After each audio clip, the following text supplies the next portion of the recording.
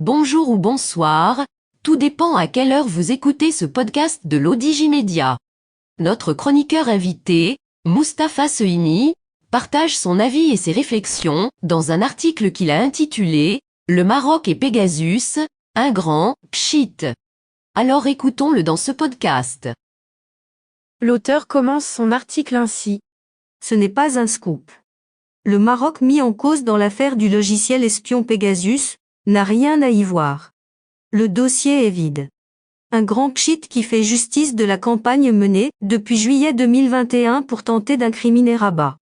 Les deux avocats en charge de ce dossier pour le compte du Royaume, mais Olivier Baratelli et Rodolphe Bossuet, du barreau de Paris, ont tenu mercredi dernier à Paris une conférence de presse sur l'affaire Pegasus.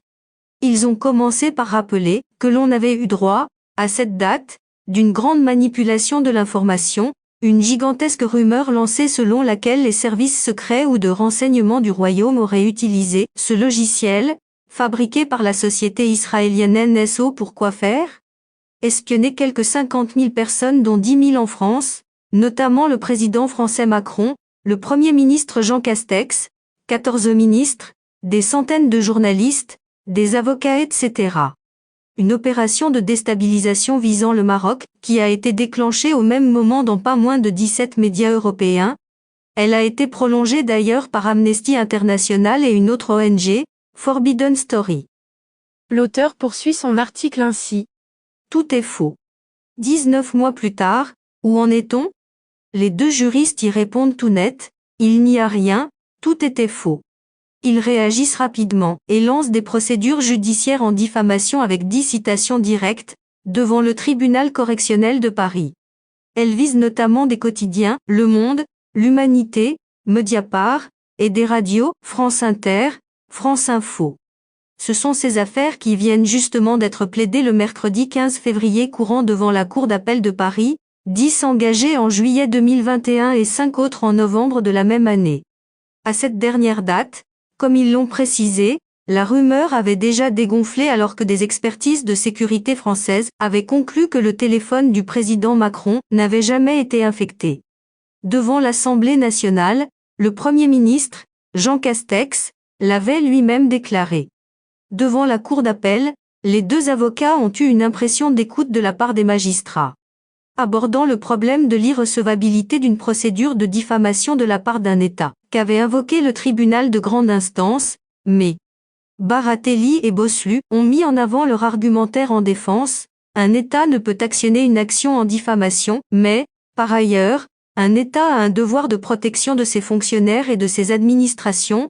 À ce titre, il est fondé à engager une telle procédure. En appel, tous les jugements seront rendus après délibéré le 12 avril prochain, des décisions qui sont attendues avec une grande confiance. Mustapha Sehimi précise ainsi. Des preuves scientifiques ont été données ne mettant pas en cause le Maroc. Les rumeurs sont ce qu'elles sont, des fausses informations, des fake news, des manœuvres de désinformation de bonnes âmes.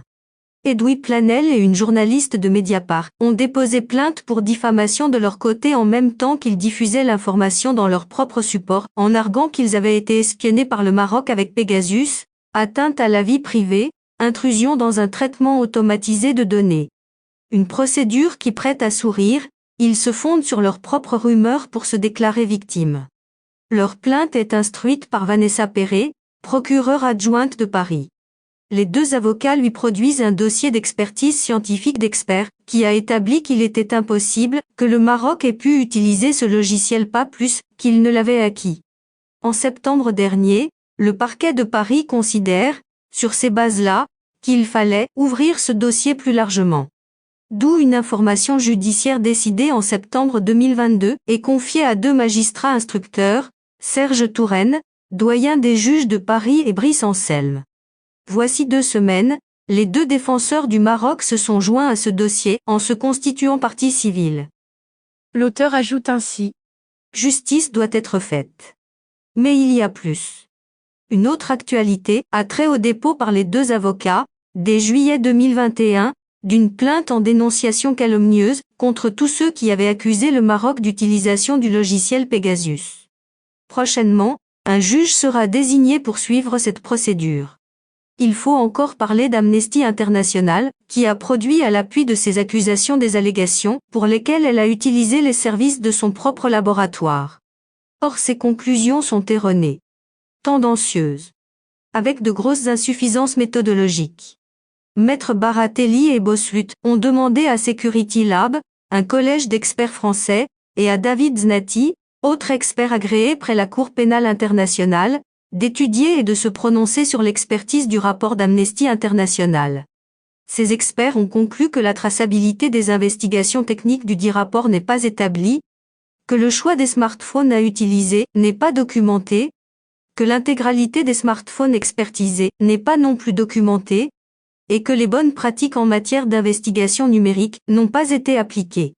Il conclut à une impossibilité de prouver l'implication du Maroc, qui n'a ni acheté ni utilisé Pegasus. L'auteur conclut son article ainsi. Pas la moindre offre de preuve de la part des médias mis en cause et des deux ONG qui leur ont emboîté le pas. La procédure traîne quelque peu depuis juillet 2019.